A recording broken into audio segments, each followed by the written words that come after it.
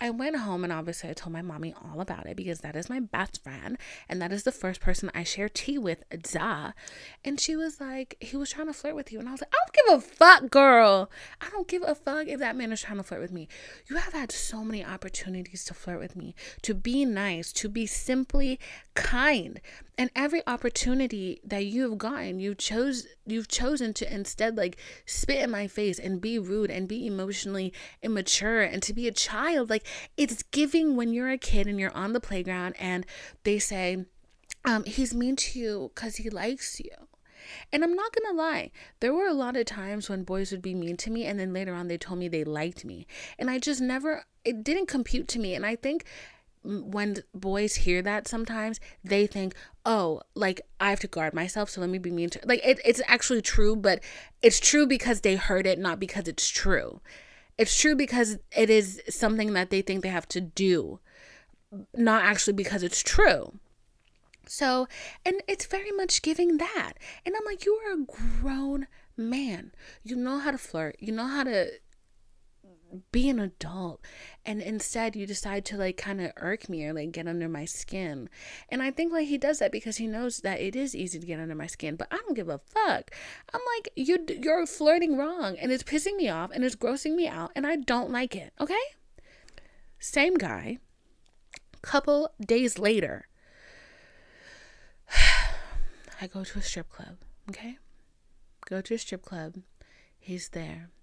I'm at the strip club with my friend.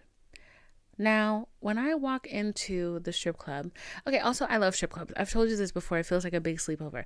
Except, you know, honestly, apparently I've been going to like a very genteel strip club, which is not intense. And I think I'm good there because I don't want to see how it can get more intense than that. So I'm at the strip club. My friend is with me. And she goes in first and I go to the bathroom. When I come out of the bathroom, I have lost her. So I am searching for her. And I run into another one of my friends and she's like, oh yeah, your homegirl is with me and my friends. Okay. So walk over there and, sorry, I'm trying to get my story straight. I'm trying to remember exactly what happened. I'm not trying to miss any details. At the strip club, walk in. Oh yeah. So my friend, the minute she sees me, she grabs my hand. She's like, Divine, is that man, the cracker? Mind you, she's a cracker. She's like, she's white. Sorry. Is that offensive? I don't know, but I'm not changing it. And mind you, she's white. And she's like, Divine, is that man the one you've been telling me about that you thought you were in love with? I was ashamed to admit that, yes, that man is the one. And she was like, why? Why? Like literally begging, why? And what did you see in him? And I was like, babe, I don't know. Like, I couldn't tell you why. I asked myself why all the time. What did I see in this man? I was really projecting the best parts of myself onto him. Okay? He was not it. He never was it. He was never going to be it. Okay? So we go and we sit down and like me and her like having fun and we're like, you know, just being girls, just being single girls, you know, I keep being all over each other. So he's like watching and there's like 3 ways to get into our little table area, like walking into the table area. Girl, each time he chooses the way that his whole body is on top of mine because I'm sitting at the end. It gets to the point where my friend like pulls him off of me and she's like, can you give her some space? And he was like, oh, my bad. I'm like, no, it is your bad. You're right. So he does this a couple more times. And then later on in the night, this girl comes and I'm assuming it's his girlfriend, which I didn't know was his thing because I'm like, you definitely don't act like it, but I digress. This girl comes and he is all over her, like extreme PDA, like low-key, like get a room PDA. And I mean, like, that's kind of intense if you're in a strip club, like dead ass. So I'm just like, okay, like, but guess what? The minute that girl arrived, he definitely knew how to use the other ways of getting in and out of our area. He definitely did. And I'm just like, that is pathetic. That is just pathetic to me. It's annoying. It's obscene. It's pathetic. I hate seeing him. I hate being around him. I hate breathing his air. I hate thinking about the fact that he breathes air. I just really don't favor him as a person. And I was just over it. And that's when I knew that, wow, I'm really about to be in my celibate girl era. I am about to be deep in my celibate girl era.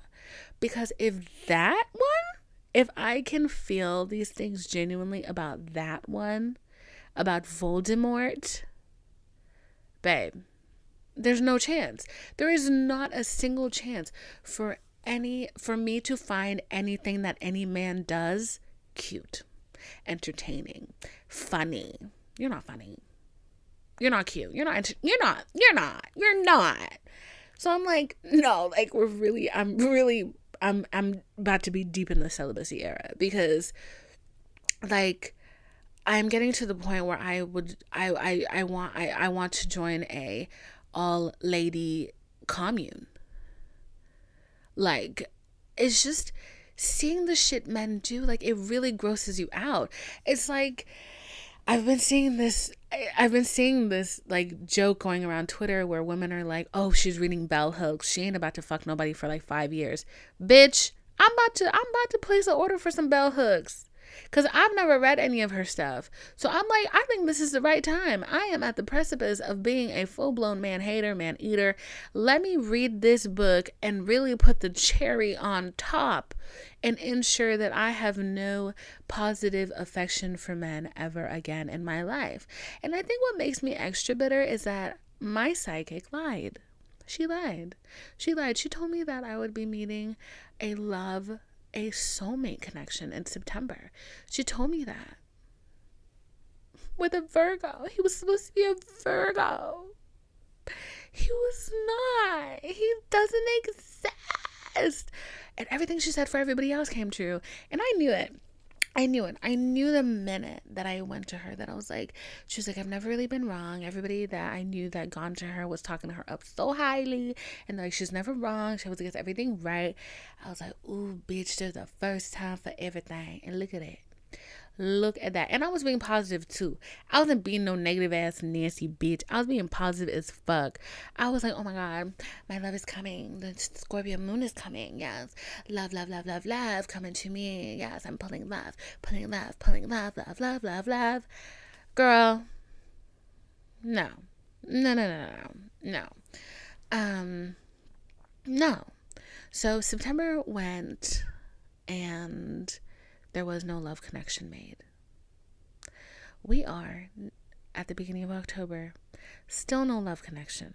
Okay? And she said that this person was going to come in September, girl. She said around the new moon, girl. And then she was saying all this stuff about like there was somebody that there was a third person involved that they had to get rid of. I don't know what's That sounds like mess. We in the astrophysical realm and you trying to get me involved in mess? No. You can't just send me a man straight out the Barbie package. Why you gotta have mess? Why you gotta have baggage?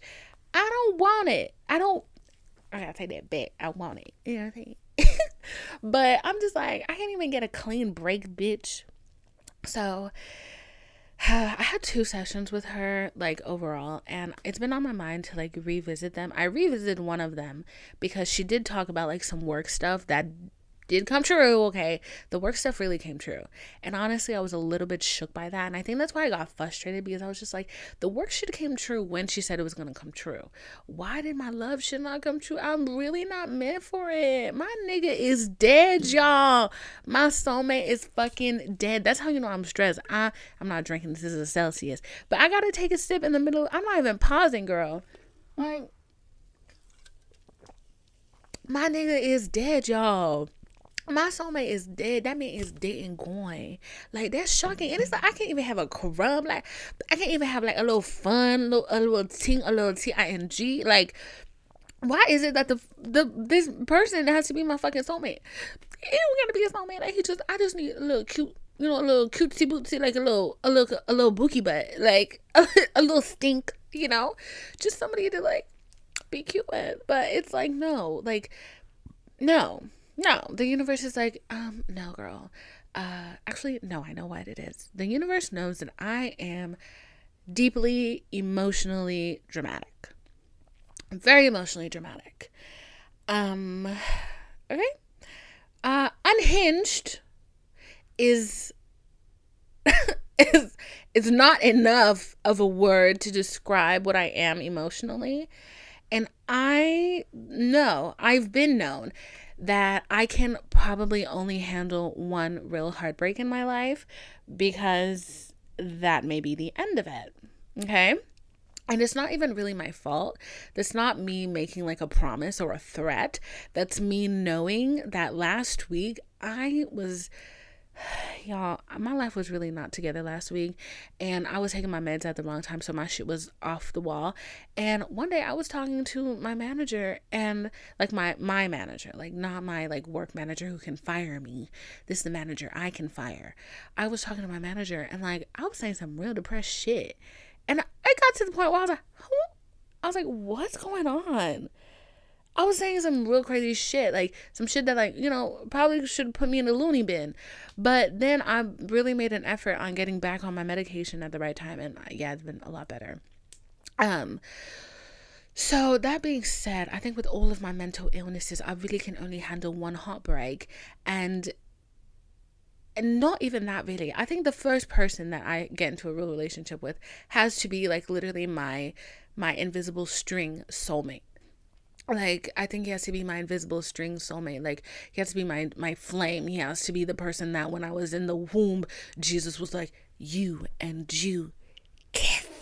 I think like that literally is it, because I'm so unstable.